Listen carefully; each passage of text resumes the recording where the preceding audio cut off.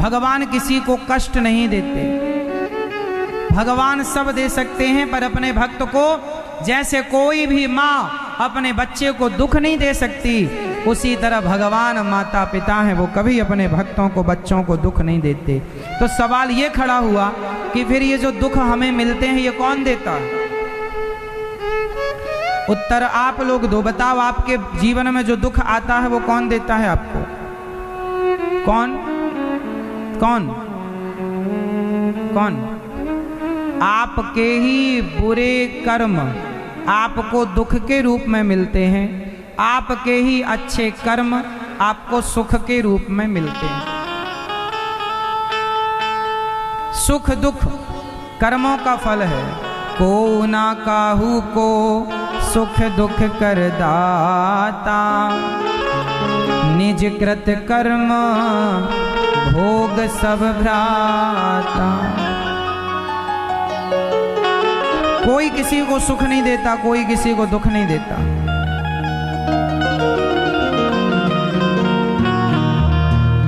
कोई किसी को सुख नहीं देता और कोई किसी को दुख नहीं देता। प्रत्येक व्यक्ति अपने कर्मों का ही कर्मदंड सुख और दुख के रूप में भोगता है। और दोष किसे लगाता है?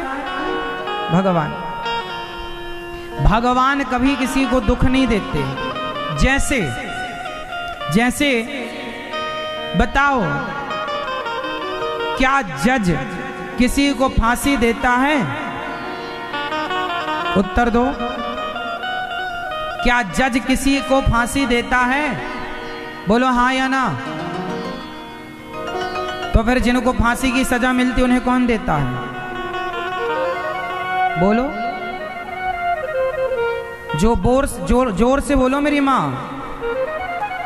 जज कभी किसी को फांसी नहीं देता। गुनहगार का गुनाह ही उसे फांसी तक पहुंचाता है। जज तो एक माध्यम है। जज एक माध्यम है, निर्णय करता है। बाकी आपने गुनाह किया तो आपके गुनाहों ने आपको मृत्यु दंड दिया या जो भी सजा दी, उसी तरह भगवान जज हैं। किसी को सुख नहीं देते भगवान, किसी को दुख नहीं देते भगवान। आपने जो कर्म किया होगा अच्छा, उसका अच्छा फल, बुरा किया बुरा। तो फिर आप सवाल करो हमसे कि महाराज जी, जब भगवान सुख नहीं देते, दुख नहीं देते, तो फिर भगवान की भक्ति करने का लाभ क्या है? बताओ, भगवान की भक्ति क्यों की जाती है?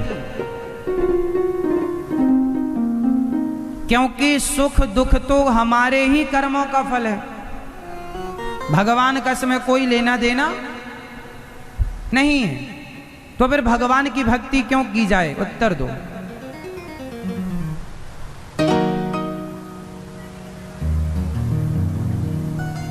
कोई ये सवाल आपसे कर दे तो आप क्या उत्तर देंगे?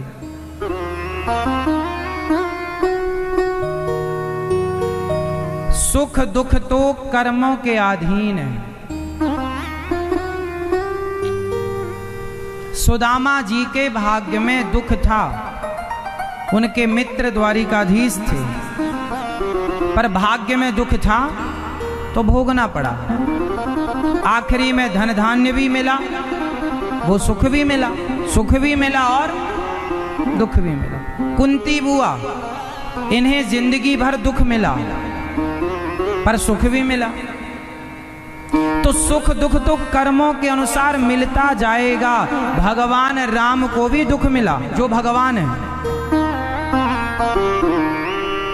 भगवान के पिता को भी दुख मिला। राम के पिता दशरथ जी, देवकी वसुदेव को भी जेल में वर्षों तक रहना पड़ा।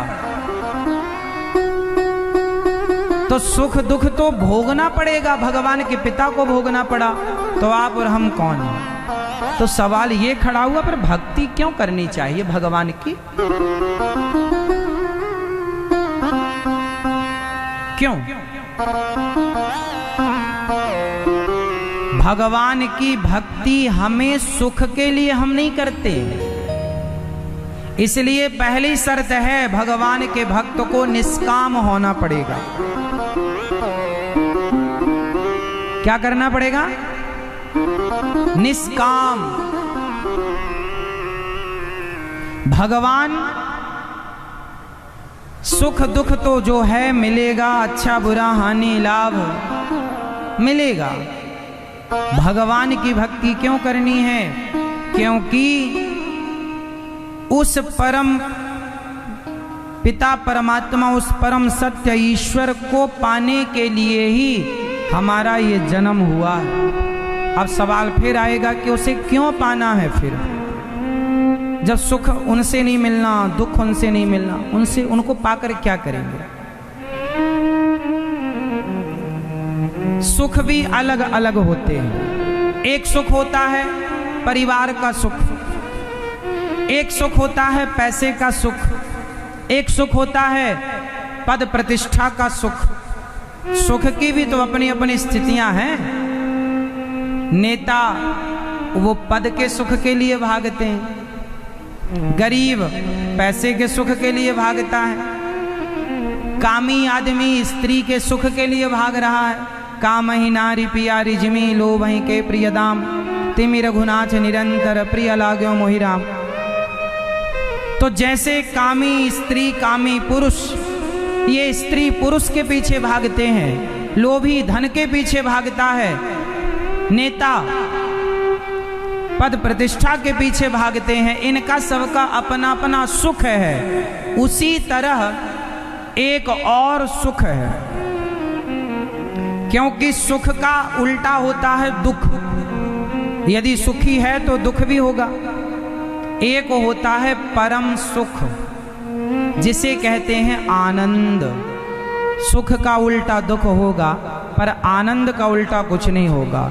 इसलिए संसार में सुख है। यदि सुख चाहते हो तो कर्मों से ही सुख दुख मिलता रहता है, लेकिन इस सुख से ऊपर उस आनंद की ओर बढ़ना चाहते हो तो भगवान की शरण में जाने से परम आनंद की अनुभूति होती है, परम आनंद मिलता है।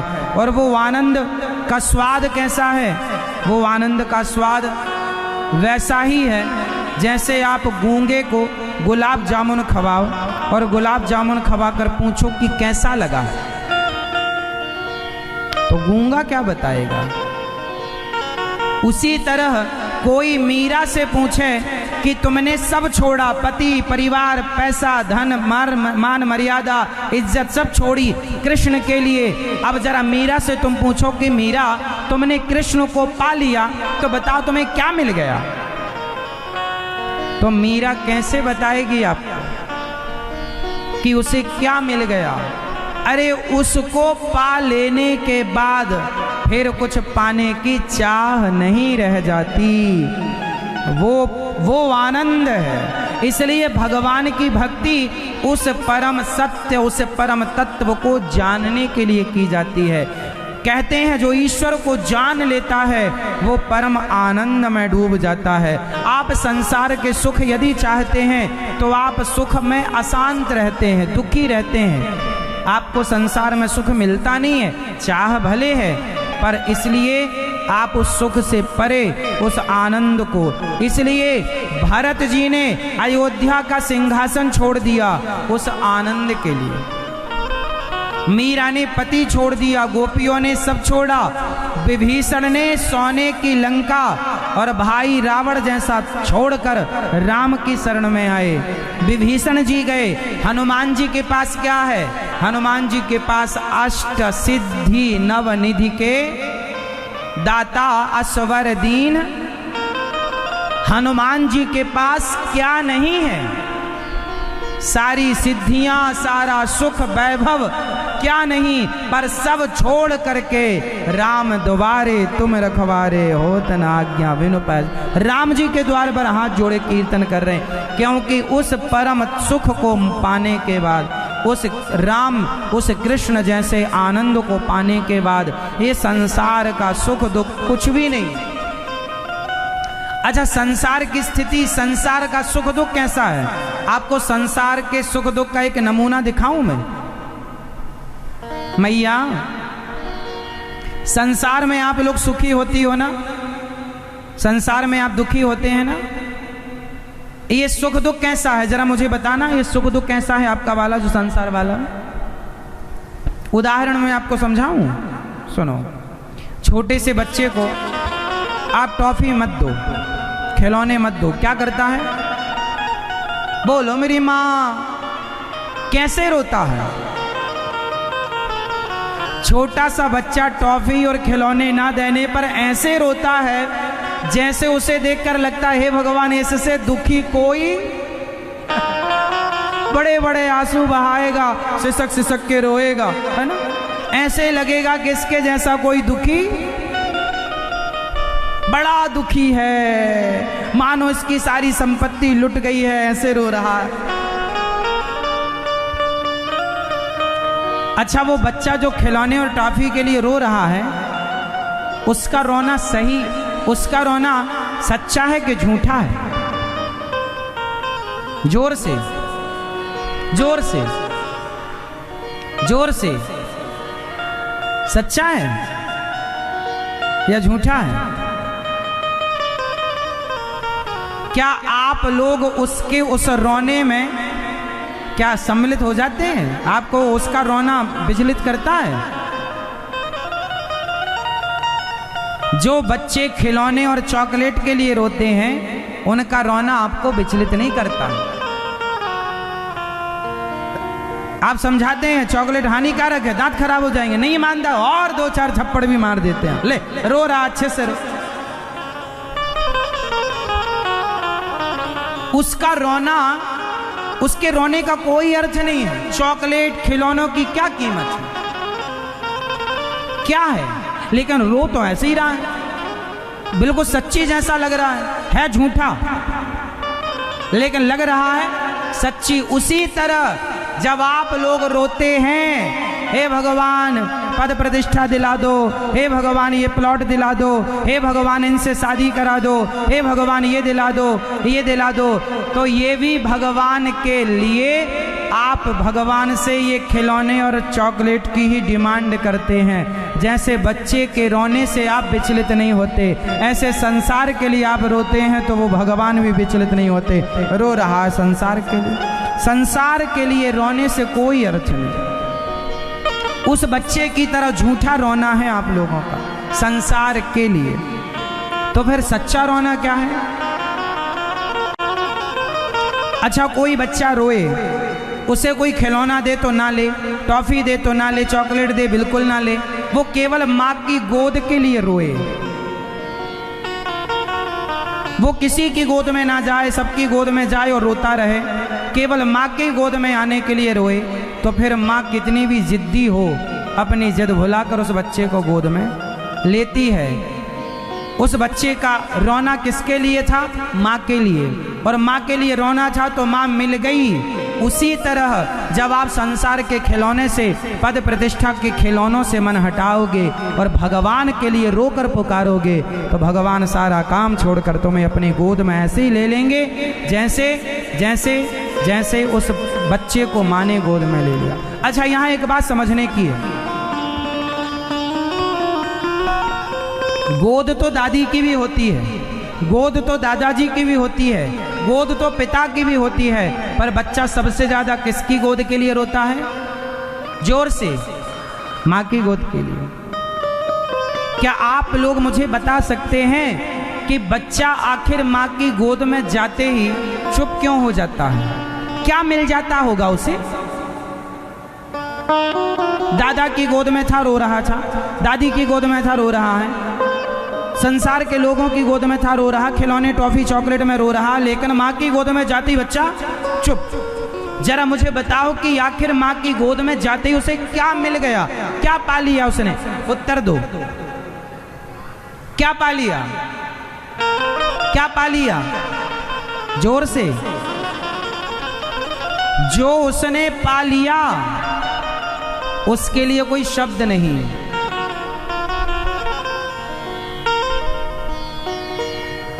हाँ या ना? जैसे बच्चा सबकी गोद में जाने के बाद शांति से माँ की गोद में रहता है, उसी प्रकार तुम संसार में सब कुछ पालो पर वो परम शांति भगवान की गोद में जाने पर ही प्राप्त होगी। इसलिए भगवान को पाना जरूरी है। संसार का सुख दुख कर्मों के अनुसार है, पर परम आनंद परम शांति भगवान की शरण में जाने पर ही मिलेगी। इसलिए भगवान की शरण में चलो तो अपार आनंद। उस आनंद के लिए न वेद आपसे कुछ कह पाएंगे, न हम नेति नेति कहकर वेद चुप हो जाते हैं। जैसे वो बच्चा माँ की गोद में चला गया तो क्या मिल गया, ये बच्चा कैसे बताएगा, उसके पास बताने के शब्द नहीं है, पर वो महसूस कर रहा उस आनंद को। उसी तरह जब आप भगवान की शरण में जाते हैं, मीरा बन करके, तुलसीदास बन करके, तो जो सुख मिलता है वो सुख संसार के हर सुख से श्रेष्ठ है। इसलिए ईश्वर की ओर बढ़ो। भगवान ने सुख दुख दिया, कर्मों का सुख दुख का दंड भोगते हुए उस परम शांति, उस परम भगवान की तरफ बढ़ो। उस गोद में जाने से ही हमारी दौड़ समाप्त होगी। गंगा गंगोत्री से निकलकर दौड़ती रहती है। बताओ कहाँ जाकर के गंगा की दौड़ समाप्त होती है? जब गंगा जाकर के सागर से मिलती है ना, तो शांत हो जाती है। परम शांति, परम शांति। उसी प्रकार ये जीवात्मा गंगा है, और ये जीवात्मा रूपी गंगा जब परमात्मा रूपी सागर में जाकर मिलेगा, तब परम शांति परम आनंद का अनुभव। इसलिए भगवान की शरण में जाओ, भगवान के शरण में जाओ और भगवान से अपना संबंध रखो। आपके असली संबंधी कौन है? आपके असली संबंधी कौन है? कौन है? मेरी माँ हैं?